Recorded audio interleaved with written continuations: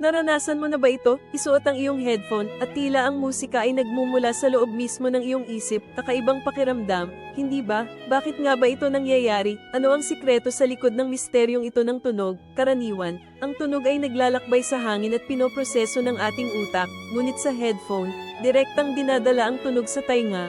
Walang ingay mula sa labas, ang utak natin ay sanay sa pagtukoy ng direksyon ng tunog. Kapag galing sa headphone, ang impormasyong ito ay internal, kaya iniisip ng utak na ang pinagmulan ay nasa loob mismo. Ito ang kakaibang paraan ng pagproseso ng ating pandinig. Ang utak natin ang nagtutukoy ng pinagmulan ng tunog. Kapag galing sa labas, may mga spatial cues, pagkakaiba sa oras at lakas ng tunog sa magkabilang tainga. Ngunit sa headphone, halos sabay at parehong lakas ang tunog, walang sapat na cues para tukuyin ang panlabas na pinagmulan, kaya, ang utak ay naniniwalang ang tunog ay nasa loob. Ito ay kamanghamanghang halimbawa kung paano tayo nililinlang ng ating sariling pandinig.